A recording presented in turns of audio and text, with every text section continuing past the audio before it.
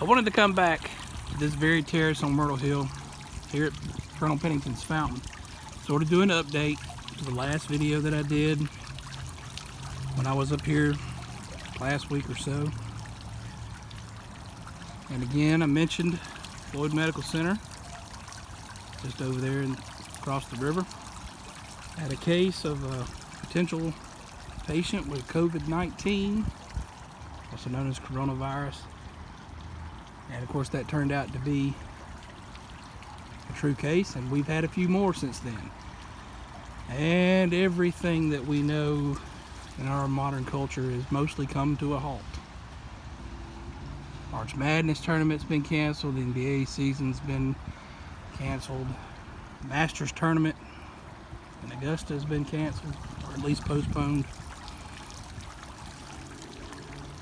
And I think walking around Myrtle here, we have to think about how many of these people here fell victim to the problems of the past. Similar epidemic, the Spanish influenza, back after the end of World War I, put a lot of people to rest in this beautiful location. We've been here before. And just as a follow-up on my last video and in the most recent blog post,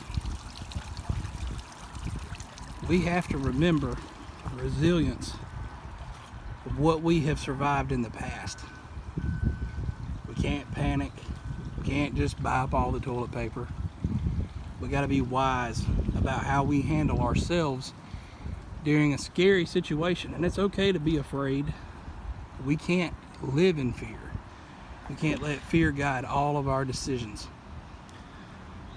We want to remember how many of those people did survive that Spanish influenza, how many people went on to get through it, and how that shaped the way we do things now. I find it fitting that as I'm sitting here,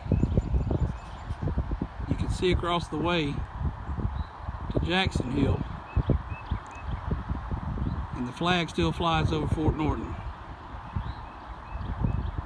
And symbolically, there's a connection there as that flagpole was placed to fly a flag that's a replica of the one that flew over Fort McHenry in Baltimore when the Star-Spangled Banner was written. That whole story behind that song, the tale of all of the terrible things that happened during the Revolution and during the War of 1812, and how our country survived that, how we overcame that. We overcame it with our belief in God and our belief in ourselves, our tenacity, our fortitude, and our resolve. We have to remember those things now, and I wanted to come up with a couple of ideas here. They talk about social distancing. I'm doing pretty good on that right now. I'm probably the only person here. A little bit of a mushy day. It's not actively raining now. I'm kind of here in between rain showers, I believe. It's a good opportunity to get outside. It's a good opportunity to go for a walk. It's a good opportunity to think about what's going on in our lives, how we got here. Reliance on globalism, reliance on imported goods. That's not to say let's be isolationist or to somehow forget the good things that go on in this world. This world is a beautiful place. We can't get down on that. But we also have to be wise in how we conduct ourselves.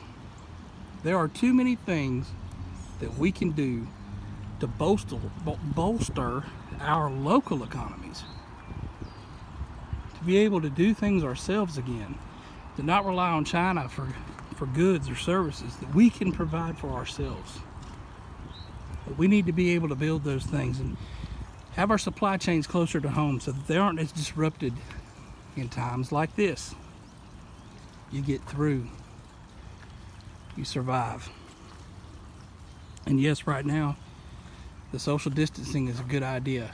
Quarantining our oldest and our immune challenged citizens, they need to be able to have an opportunity to survive this.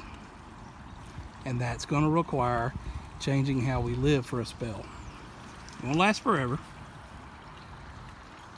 but it'll last for a while.